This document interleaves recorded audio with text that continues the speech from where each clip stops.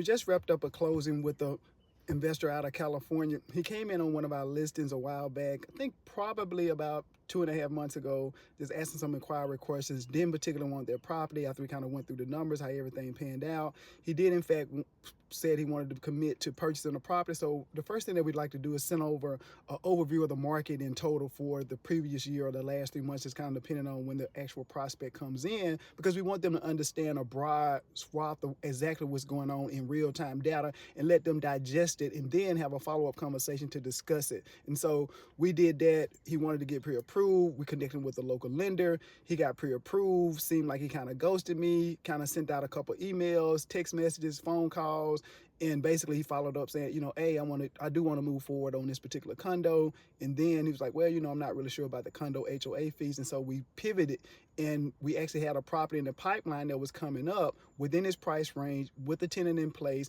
and allow for him not to have to deal with the HOAs. So we essentially sent that one to him. He looked at it, liked it, wanted to move forward. We, of course, got that to the lender, worked out the numbers, moved forward with the inspection. The appraisal came in on target, but something happened with the appraisal. Though it was conventional loan, the conventional loan appraiser asked for certain things to be done to the property that typically is reserved for like FHA or VA, but in any event, the seller did it, and we was able to get that property sold, and he got his first investment property essentially within like less than 30 days from start to finish once we got started.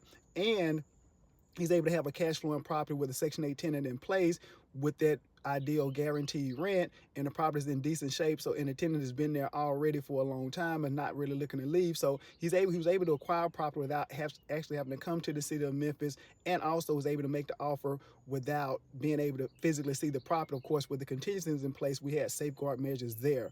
Oftentimes, for a lot of investors, that's just not the way that they want to do it. I'm in talks with investors right now that they do not want to make an offer on the property without actually seeing it or kind of getting some more insight about the property. But the challenge with that, when you have tenants in place, is that it's rare, very seldom that you're going to be able to get direct access prior to making an offer. And so you make the offer and just keep the contingencies in place, and you're still able to walk away without any litigation, any pushback, any real commitment, because at the end of the day, you have the contingencies in place for a reason. So with that being said, as a real estate investor, somebody that's looking to get started with real estate investing, there's a lot of different ways of going about doing it. Stay true to your efforts, and to those that are working with real estate investors, just because a person may take a break for a month or a couple of weeks, don't give up on them, and just kind of stay consistent and just be there to provide the value that they need when they need it, when that particular time arrives. Terrence Hill, real estate consultant. Thank you for your time.